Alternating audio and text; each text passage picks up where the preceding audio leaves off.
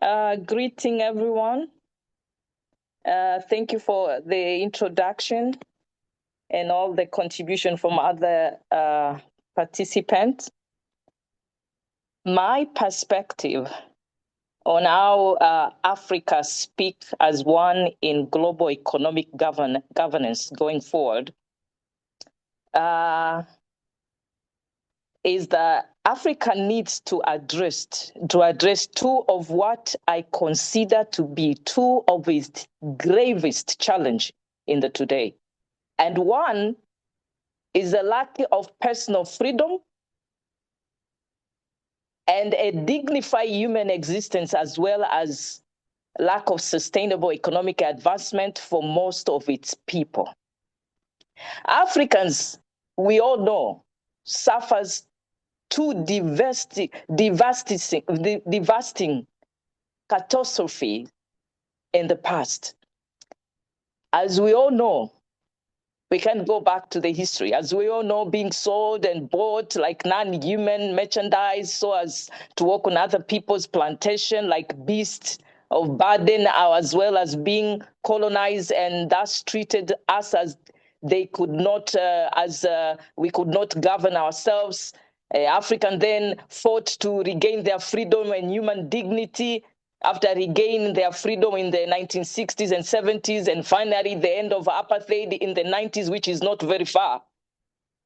They have found themselves having to fight to be free personally as individuals in independent African countries, as well as having a sustainable economic advancement as individuals and nations in the global jungle where strong swallow the weak instead of the strong helping the weak to be strong, as the Ubuntu wisdom of African ancestors preached.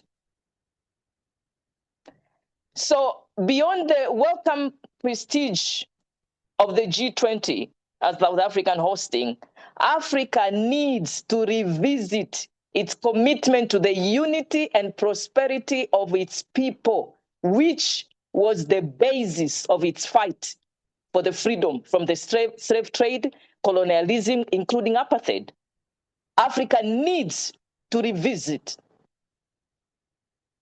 I repeat, Africa needs to revisit its commitment to the unity and prosperity of its people, which was the basis of its fight for freedom from the slave trade and colonialism, and including apartheid.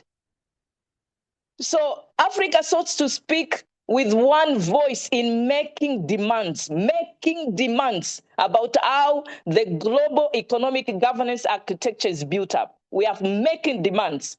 Africa, through its leaders at the summit, which I didn't see it so far as we expected, through his leaders at his summit, made an effort in demanding the reparation, not so-called donor aid, ought to be granted to Africa. And this is right, but at home on the continent.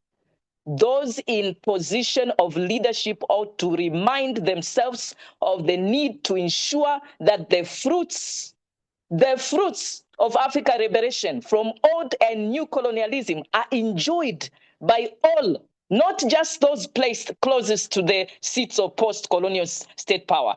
This is the only way Africa can address its endemic twin problems of the lack of personal freedom and dignified human existence, as well as the lack of sustainable economic advancement for the majority of African people. That's the only thing that needs to be done. And also, my perspective, especially what Dr. Ahonsi said, I love it so much. He said, we don't want others to make a decision for us. So if we don't want others to make a decision for us, as Ambassador Carlos was very angry about, then we must stand on what we have. We must know we are powerful, we have the natural resource, and we have human capital.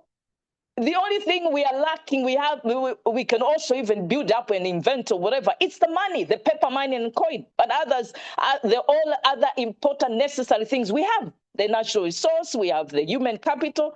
So I think as Africans, this G20 was just helping us to just just more awakening, yes, but also to open our eyes and see and realize how powerful we are and how we can go forward. And I love what Ambassador Carlos said, that the African Union as our vehicle, as the vehicle of this continent in the global world, needs to focus on correcting what we need to correct, needs to fix our own issues, our internal issues. We have many. We need to fix them, because respect are earned, are not just given. And especially for powerful people like us, respect are earned. So they need this vehicle needs to they need to not only to revisit like all of us, but also to focus on correcting what we need to correct. We can't continue begging, as Ambassador Carlos say. So that's my perspective. We need to remind our vehicle, African Union, all the time, in anywhere we are. We need to remind them, and we need to also realize that how powerful we are. And I think we can do this. We can do this. So, and it's the time, because as you can see in the African continent, there's the revolutionary spirit, and especially for our youth. And we have 70% of youth in the continent. It means that's the group of people, human beings, who are more than other groups. So we also need to start now, and I think we need to start now as just individual wherever we are, but also as a nation and our leaders. We must just come forward and speak about it, but not only speak, because we are done talking. We must just not only speaking, also doing it. Wherever you are, you do something about it. So next time, if it will be next time, because also I heard about South African being not one of that shows you that it's just intimidate us. We cannot be intimidated. We are powerful. We have to find a way, just as human being in this world, just to be involved in everything, because we have actually a lot necessary that human being needs more than any other continent. So that's my perspective, and thank you so much.